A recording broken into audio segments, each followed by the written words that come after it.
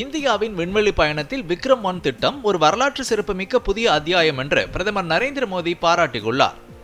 இந்தியாவின் முதல் தனியார் தயாரிப்பு ஏவுகலமான விக்ரம்-1 குறித்து பிரதமர் வெளியிட்டுள்ள தமது சமூக வலைதள பதிவில், நாட்டில் இளைஞர்களின் திறமை, உறுதிப்பாடு மற்றும் தொழில் முனைவோர் மனப்பான்மையை இத்திட்டம் பிரதிபலிப்பதாக குறிப்பிட்டுள்ளார்.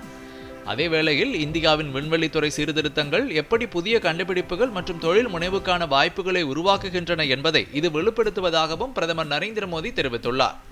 இந்த ஏவுதல் நிகழ்வு வெற்றிகரமாக அமைய ஸ்கைரூட் ஏரோஸ்பேஸ் குழுவினர் அனைவருக்கும் வாழ்த்துக்கள் என்றும் பிரதமர் நரேந்திர மோடி வெளியிட்டுள்ள தமது செய்தியில் குறிப்பிட்டுள்ளார்.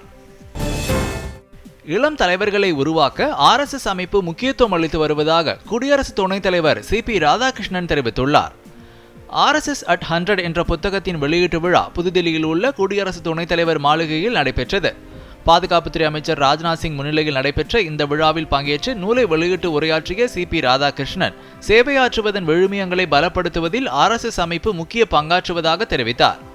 ஒழுக்கம், நேர்த்தி, உடல் தகுதி, உள்ளுணர்வு மற்றும் தேச பொறுப்பு போன்ற பண்புகளை வளர்ந்து இளம் தலைவர்களை உருவாக்கவும் RSS அமைப்பு முக்கியத்துவம் அளித்து வருவதாக குடியரசு துணைத் தலைவர் CP ராதாகிருஷ்ணன் தெரிவித்தார். மும்பை அகமதாபாத் அதிவேக ரயில் திட்டம் தொடர்பாக இந்தியா, ஜப்பான் இடையிலான பேச்சுவார்த்தைகள் சிறப்பாக நடைபெற்று வருவதாக வெளியுறவு அமைச்சகம் தெரிவித்துள்ளது. புதுதில்லியில் செய்தியாளர்களிடம் பேசிய வெளியுறவு அமைச்சக செய்தி தொடர்பாளர் ரந்தீர் ஜெய்ஸ்வால், ஜப்பான் E-20 ரக ரயில்களை வழங்க உள்ளதாக கூறினார். ஆனால் இந்த ரயில்கள் இன்னும் உருவாக்கப்பட்டு வருவதால் அவை 2030ஆம் ஆண்டுகளின் தொடக்கத்தில் தான் வழங்கப்படும் என்றும் அவர் தெரிவித்தார்.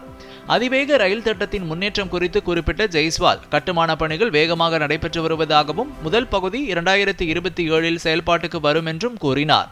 அதிவேக ரயில் சேவையை தொடங்க இந்தியாவும் ஜப்பானும் ஒப்புக்கொண்டுள்ளதாகவும் ரந்தீர் ஜெய்ஸ்வால் தெரிவித்தார். சென்னையில் தினமும் அம்மா உணவகங்களை பயன்படுத்துவோர் எண்ணிக்கை 104,102ஆக உயர்ந்துள்ளது. இது தொடர்பாக சென்னை மாநகராட்சி நிர்வாகம் வெளியிட்டுள்ள செய்திக்குறிப்பில், தமிழ்நாடு முதலமைச்சர் உத்தரவின்படி அம்மா உணவகங்களை மேம்படுத்தி தரமான உணவுகளை மக்களுக்கு வழங்கிட மேற்கொள்ளப்பட்ட நடவடிக்கைகளின் காரணமாக கடந்த ஏப்ரல் மாதத்தில் தினசரி சராசரியாக 67,164 பயனாளிகள் அம்மா உணவகங்களில் சாப்பிட்டு பயனடைந்துள்ளதாக தெரிவிக்கப்பட்டுள்ளது. தற்போது தினசரி சராசரியாக 104,102 பயனாளிகள் அம்மா உணவகங்களில் சாப்பிட்டு பயனடைந்து வருவதாகவும் குறிப்பிடப்பட்டுள்ளது.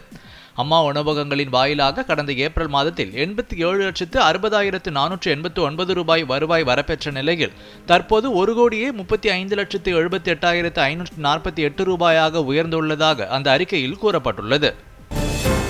தமிழ்நாடு முழுவதும் 35 வட்டார வளர்ச்சி அலுவலகங்களில் ஊழல் தடுப்பு மற்றும் கண்காணிப்பு துறையினர் மேற்கொண்ட சோதனையில் கணக்கில் வராத 82 லட்சம் ரூபாய் பறிமுதல் செய்யப்பட்டுள்ளது. அந்த வகையில் தருமபுரி மாவட்டம் நல்லம்பள்ளி வட்டாட்சியர் அலுவலகத்தில் மேற்கொள்ளப்பட்ட சோதனையில் கணக்கில் வராத 52,000 ரூபாய் பணம் மற்றும் ஆவணங்கள் பறிமுதல் செய்யப்பட்டன.